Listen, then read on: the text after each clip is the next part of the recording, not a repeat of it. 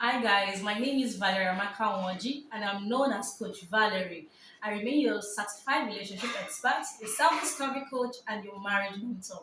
And today with me is Uncle Jimmy Disu. Yeah, hi, how are you, Valerie? How are you I'm doing? fine, thank you very much, sir. Nice to have you around. Same here, I really appreciate you.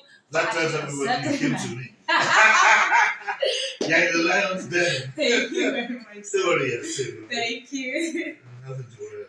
All right, so today we'll be asking Uncle Jimmy some questions. I want you all to learn from him, his personal experience, and we will also love to hear from somebody way older than every one of us. So let's get right into it. Uncle Jimmy, I hope you're ready for us today. Yeah, but when you say personal experience, let's be very careful. Some of these are other people's experiences I get to pick up. So when you ask 3, 4, 5 questions, nobody is thinking that, oh, Jimmy, this was one And that's the and I truth. think it also helps, as you know, because of Diabumi. Yes. So it also helps. So I'll take the inspiration for I dedicate this little session we have to Antigone. Yes, that's where the experience will be coming from. Not it's not as if I have experience, and I don't know book. All right. Okay, go on. All right. So today I want to ask you some questions because I actually had some people talk about when a lady, and I'm actually asking based on relationship this time around. So I was actually listening to a radio station, and I also had other people come to me. Like, okay, my mother said I should not leave my marriage because she doesn't know what other people are going to talk about. And somebody now said something to me like, okay, at least your husband has not started beating you yet. And I'm like, wow. So until he starts beating you. So I want to ask, which is more dangerous, physical abuse or emotional abuse? Neither. I think they are equal. They are both equal. In fact, to be honest with you, physical abuse sometimes can be healed. Okay, verbal abuse can go with you for the rest of your life. It can destabilize you. My views on marriage are very, very liberal. They're a bit radical. And for me, if it's not working, just get the hell out of the place. Because I like the marriage institution. I don't think it's compulsory for you to be married. It would be nice. But I'd rather have, and then the normal excuse that, oh, it's because of the children. I'd rather have the children living with separate parents than living in a boxing ring or in which case verbal abuse. The effect is even worse than you'd imagine. So for me, just this morning I was telling somebody that I don't think I'd be the right person to send a couple to for counseling because for me, if it's just not working, my views about marriage are very, very radical. And that's why the Western world they've been more objective about it. That's why you now have all kinds of arrangements.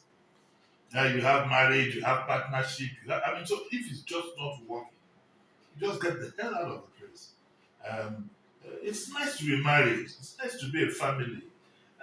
It's good to see families together, husband and wife, but it's difficult and it's not made easy because of the times we're in. And so, unless you want two psychiatric patients on your hands, sometimes it's better. In Europe now, there are some people who are married but don't live together. Yes. And they're all happy. They're all happy. They're all happy. So time you're not because look, the most difficult part of marriage is getting out of it. It could be very messy. I might not be worth all the aggro. So that's my view. You don't want to tolerate any form of abuse at all. If a man beats you up one time, he's going to do it again. It's just a matter of time. No matter how hard, it's a symptom of something gone wrong. Okay, so Okay. Uncle Jimmy, can you please shed more light on emotional abuse because most people Oh, don't know what emotional abuse is. abuse, ironically, if I were to put them on the scale, men suffer more from emotional abuse than women. I'll give you an example. Some woman will be telling you, look at what your mates are doing. What are you doing here? Things like that. That's emotional abuse. Sure. If you're a school teacher and your wife works in the local government, mingling with all these top politicians, and you get home and you see stockfish and snail in your food every day, and you can't complain. But you know within yourself that there's something wrong somewhere here. That's emotional abuse. And it can eat you up. Hmm. It can eat you up. So it's not when you talk about abuses, don't always think of women being abused. Of course, with men it's even worse. Definitely. There are some men who won't sleep with their wives. For, yeah, they won't even appreciate them. They won't. They're always looking for faults in them. Some of the emotional abuse it creeps up suddenly. It doesn't come outright. It doesn't come slamming the door, opening the door. Mm-hmm. It comes out in subtle. I've seen men, for example, tell their wives in public, why don't you sit properly? Mm. I've seen men, for example, tell their wives in public amongst friends. In fact, that was a case in there for me. I need some tell your friend, oh, she's getting too fat.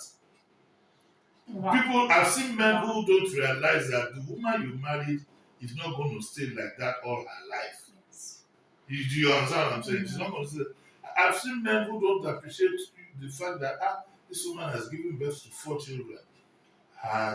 She's not going to be looking like a beauty queen. Mm-hmm. So there are various forms of abuse. It's not just real die and mad. No. In fact, some of those ones, real that those verbal abuses, some of those them they are like blessings compared to what I have in mind that I'm thinking of. And it works both ways. If your wife keeps coming back late at night and you can't do anything. And then there are some women, the part I can't understand is some women have this, I don't want to use the word psychotic thing, but they just grab the guy that my village must be, and the man, oh, but if it happens to you, run, oh. So women are just out there for you to kill them. They want you to do it. And let me tell you, for you guys out there, let me tell you some tactics. If you catch your wife, if you're involved in an argument or something, and she sees it's not going her way or whatever, one of the tricks is to make sure that once you beat a woman, you have lost the case. True. Even if you caught the man on top of her and you recorded it with your phone, you have lost the case. True. That was just a joke. That's what All right. So moving on. I also want to ask that what do you think of what society will say? How much has it affected a whole lot of us, both men and women? What do you mean by what? Okay. When you do things somebody, to please society, yes, it's the most stupid thing ever. Because somebody called, I got a call from a client recently, and she was like, I should please talk to her because she doesn't want, if her daughter leaves the marriage, she doesn't want other people outside society to talk. They don't know the reason why she's going to leave the marriage, so she wants her to go back and all. It just shows. See, how has it affected let me tell you, no, it affects those who want it to affect them. In this world, if a decision has to be taken, you take it. If you take it, people will talk. If you don't take it, people will talk. The same people will, if the man is beating you up every day and you don't go, the same people will call you mugu if you leave. True. So you need sometimes, as long as it doesn't directly affect persons in your immediate environment, then you could think of that. You could think of your children. But in thinking, don't think of the. Let me put it this way now. You find yourself, you want to leave the marriage. You'll be thinking of what am I going to do with the children? Yeah. Those are the kind of thoughts you will have. Okay, how will they go to school? Where do I start from? You should be strategic in your thinking, not thinking of reaction. People can react on what they like. True. Do you understand what I'm saying? I've always gone through my life. I'll give an example. In 87, in 1987, I think I was just about 32, and I got a job for 50-year-olds. This super duper job. After about 2 years of doing this job, and there was problem internally, externally, name it. Too much politics. Some said I was too young. Some said I was too exposed. I left the job, and everybody said, hey, this guy must be crazy. But I mean, hey, if I still remained in that job, anyway, I'd have better, but I probably would have died 20 years ago. Trying to stay in a place to please other people. You must learn to be, quote and unquote, selfish. When I say selfish, you could think of those who, if I leave, okay, so what will the children do? What's the plan? Because look, You could be more useful to your children if you leave than if you stay there and you can't get anything done. Sure. So my advice to people is forget all these ideas, and then let me also use this opportunity to warn people who quickly run to the social media. It's not going to solve your problem. Yes. I see a lot of that. Ẹ jẹ́ kí gbogbo èèyàn gbọ́, and then so tó bá gbọ́, what you're doing is you're providing entertainment for other people, you're not providing the solution to your own problem. So let's all be quite reasonable. Something to talk about. Get less excited. Let's all be strategic in planning and thinking. That what is my next move? Forget what people will say. So what is my next move? So, guys, me personally, I love the Institute of Marriage, but I love my mental sanity and mental health more than anything. Peace of mind is what So you me won't I marry love. again? I will marry again. Will you marry? But Uncle Jimmy, no. That you turned me down. No, I don't want somebody to come and pass it on my head. Okay, yeah, that's true. All right. That is something you need to consider. Okay, so moving on, I want to ask, how has culture or religion, what's their impact in our life, on our mindset? No, our mindsets are blown completely. The average Nigerian doesn't believe in his culture and is consumed by religion. So you're saying religion has it's more taken- impact? Well, it impact positive. I don't think it has much positive impact. I'm going to be very honest, because you see, a lot of people go to church, they do go to revival, they go to, you don't see it in their everyday lives. A man goes to church, he goes to revival, it's still the stiff money, it's still the corrupt practices. You understand what I'm saying? And people, I believe that a lot of people don't even understand the religion they practice. You find people, oh, they won't drink beer because the pastor is around, but they'll drink beer, and little things like that. I don't think our lives have been affected positively by religion. It's led so many people astray. Don't get me wrong, I'm not saying religion is bad, but a lot of people see religion as a mantra.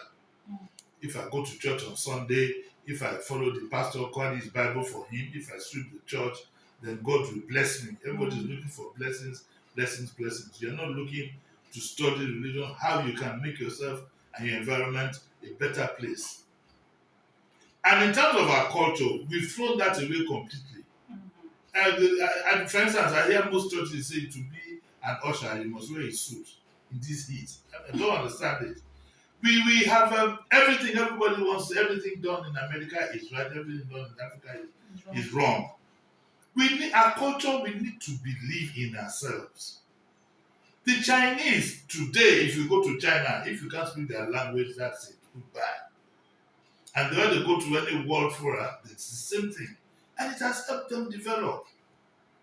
But we throw the baby away with the bathwater. Look at traditional medicine.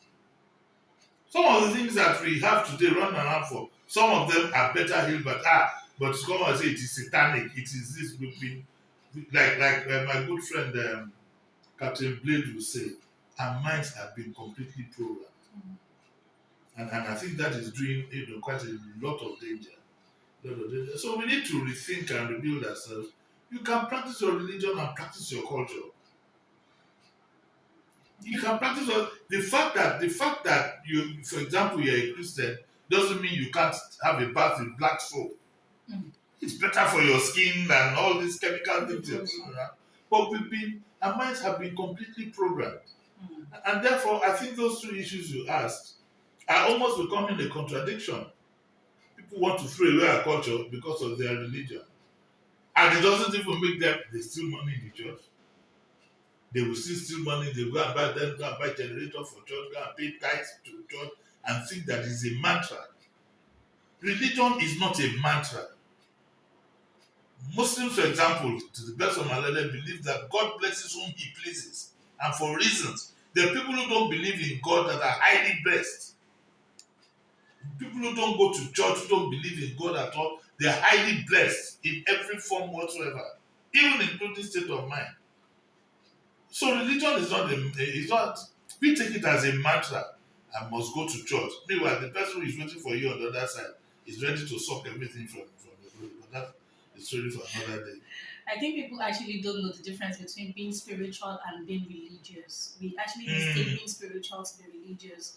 We well, this is what my pastor says, but are you actually saying, are you doing what God actually is telling you to No, the do? question you should ask yourself really is this is because sometimes we do things just like the other question you asked about what people will say. Yeah. We do things just to like a matter to Just feel. to please Oh, people. the sermon must be 1 hour 35 minutes. You should not hurry when you're in the presence of the Lord. But if you don't hurry when you're in the presence of the Lord, what is your mindset?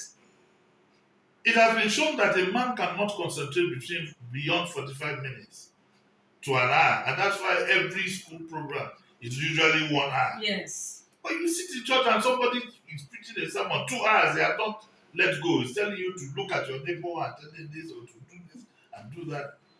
We spend so much time doing the wrong things. Hmm. Religion means you study your religion. Mm-hmm. I believe in all religions that believe in the existence of God. Mm-hmm. And I'm ready to sit with anybody to do anything. If you have something to do, if you are Ekaka or whatever it is, by high faith, I'll go with you if the need arises. Mm-hmm. You understand what I'm saying? But it's not about all these things that we do for show, carrying Bible and going like that. No, it's about your mind. That is the ultimate. What kind of mind do you have? What do you think of your fellow human being? What are the things that you do? Not for recognition within you. What kind of heart do you have? Do you have a heart of pity? Do you understand what I'm saying? Those are the things that matter. Okay, so I also want to relate this culture and religious stuff into marriage because there's something that has been that has been baffling me for a while, and that is people saying you have to get married by the law, which is court wedding. Now, when you're done with it, that's the end, and you actually neglect traditional wedding, which is actually your cultural way of getting married. So I want you to actually talk about it, like which do you think we should recognize No, more in this part of the world? yeah, understand. Look, we must move with the times. And therefore, I recommend that you do whichever is convenient for you. Okay. Marriage, essentially, culturally, is a meeting of families. Mm-hmm. But because of economic circumstance and external influences, marriages are being contracted more to two persons. Before, it would be the Disus and your name, for example. But today, you and I can run to the registry down the road, sign Yes, paper, you're and married. decide what to do. Yeah. So times are changing, Okay. and there is no guarantee as to the sanctity of any marriage, depending on how it was contracted. Mm-hmm. It will always, at the end of the day, depend on the two of you. And therefore, the choice is open for me. You can decide to have an arrangement and not be married. Some people will say you are living in sin.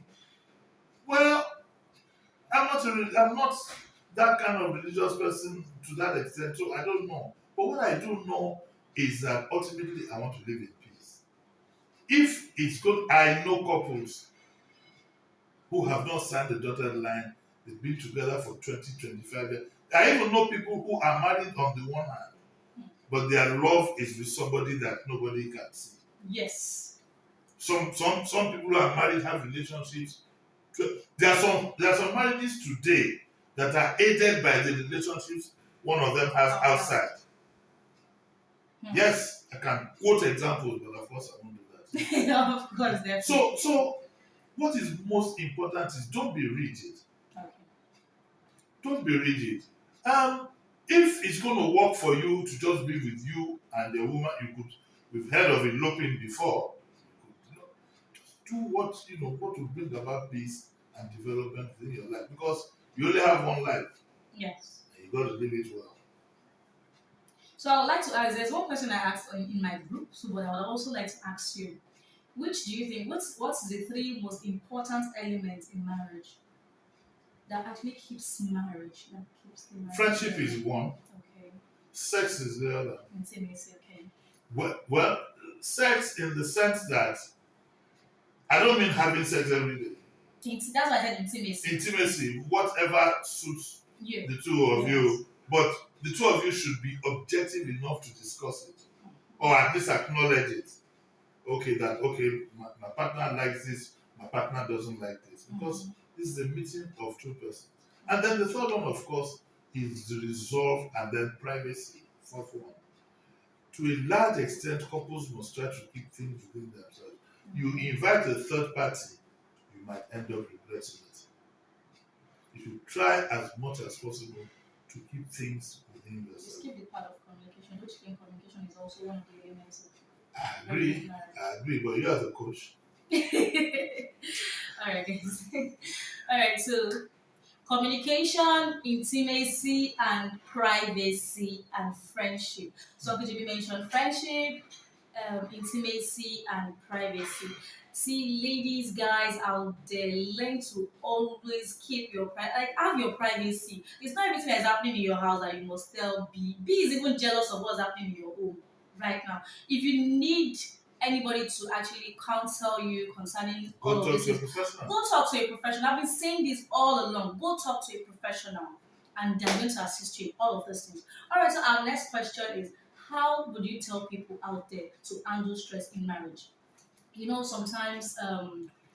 Yeah, I Okay, understand. you I understand the question, understand because right? of the Yeah. times that we are in. Mm-hmm. Well, you must have a deep understanding of each other, Mm. and you must be sympathetic to each other. Because Mm. it could be stress that one of you is going through, it could be stress two of you are going through. But all said and done, and I've said this, I've been married and I have kids. Marriage and kids, to be honest with you, a large percent of it is what you call sacrifice. Yeah. I always joke with my kids that if I didn't have you children now, I would have this and that. I mean, in my children growing up, I've had to sell land before. Mm. I had to sell my only car. Wow. So it calls for sacrifice. Sacrifice. So once you have that understanding, first and foremost, if you don't see the qualities you want in a woman or in a man, don't go there. There is nothing called management. Don't put yourself under pressure to say, I'm 40, I'm 45. I know women who got married at the age of 60 and lived to 80 and had 20 years of bliss. Mm. Okay? And luckily these days, there is no, I don't know whether it's religiously or morally right or wrong, but the society has metamorphosed to a point where you can even decide to be a single parent. So even if children won't come, since there's an age limit to children, there's no age limit to marriage and love. Yes, so. What is most important is that you must understand your partner, and your partner must. Once that happens, when the stress does come, and it will come, you could lose your job, all kinds of things could happen. It could be illness, it could be anything. That stress will come. That won't come. If there's nothing called, don't let anybody deceive you that something is not your portion. Mm. Even the good Lord says that. He didn't say you won't see tribulations. He says you will overcome them. Yes. So to all this, don't believe all these things. There It will, in never a happens to marriage, me. you will always have turbulent times. Yes. But the things I said are what to see you through. All right, so I love the fact that you said that if you don't see a certain quality in a man or a woman, please don't Just be go patient. there. Please don't Be go patient, there. because I see a lot of people are even marrying persons they've never seen before. I mean, who does that? Desperation. Desperation so that I can get married. It's a prescription for chaos. It's a prescription for going into a bottomless pit. Ask people who've been married 2, 3 times before, they'll tell you. It's a prescription before you go. First and foremost, take that thing out of your mind that it is not a matter of life and death for you to be married. People can say all what they like. Because, okay, if you marry somebody just because you want to be married, what if you're suffering and you can't Because you get want out? to please the society. Or because you want to please society. Nowadays, you can go to a spam bank, get your specification, they deposit it, and Mm-hmm. lo and behold, you're a mother. You can adopt, you can do all kinds of things. So don't tie yourself down. Don't tie yourself down. And our religious leaders need to be very careful. I hear in some doctrines, for example, they say you can't divorce. What kind of nonsense is that? Why do you want to be in eternal prison? I I guess. don't think even God wants that. Okay, I guess the reason why certain religious leaders used to say Yes. you cannot get divorced Yes. is because if there they said where there is no law, there is no sin. Do you That understand? is So I look, guess they're just trying to use that to put them in check. look. That is that's look. These are the things that just tie us down sometimes. Right. Some of our religious leaders, some of them are not even. Some of the people who preach to you have never experienced life. So they just these things, these laws that are given to us, ultimately at the end of the day, are meant to guide us. Because if they were sacrosanct, you'll be able to produce a human being who has not broken any of the Ten Commandments. Do you know anybody on that? Including the, I don't let me create blasphemy, but even the top and bottom. Do you know any one of them that could stand? Did you see in the Bible when they said, which one of you can cast the first stone? Yes. So these things are given for guidance. Mm-hmm. They are not sacrosanct. How can you tell me that a woman who traumatizes me, eh, day in, day out, abuses me in the morning, comes back home because I want to be a man, I will be eating the pomo and something. I will spy her eating the owere Chicken. and the chicken and whatever. And I'll be traumatized. I could end up becoming impotent if I'm not careful. I could hypertension and all kinds of things. We need to be careful. Like my sister would say, I have a younger sister, she said, Brad Jimmy, you got to Brad Jimmy, you can apply wisdom. We need to apply wisdom in the things that you do, but for most importantly, to not die in suffering that can be avoided. All right, so everybody, we've come to the end of today's interview section. But before we leave, Uncle Jimmy, please, is there something you'd like to tell the guys and the ladies out there? Any advice, a take-home lesson, advice, and all? To them? Okay, well, the first thing I want to do is to kneel down and propose to you. And ask you to, that was that question. Please stop doing that silly thing. It's not part of us, and it can be very dangerous. You could end up disgracing yourself. This idea of people kneeling down and pulling pranks, and you need to be careful. You need to know your partner, and then these things is not about drama. Mm. I would rather you want to propose to your wife or whatever, you do it in a nice, quiet place that is significant.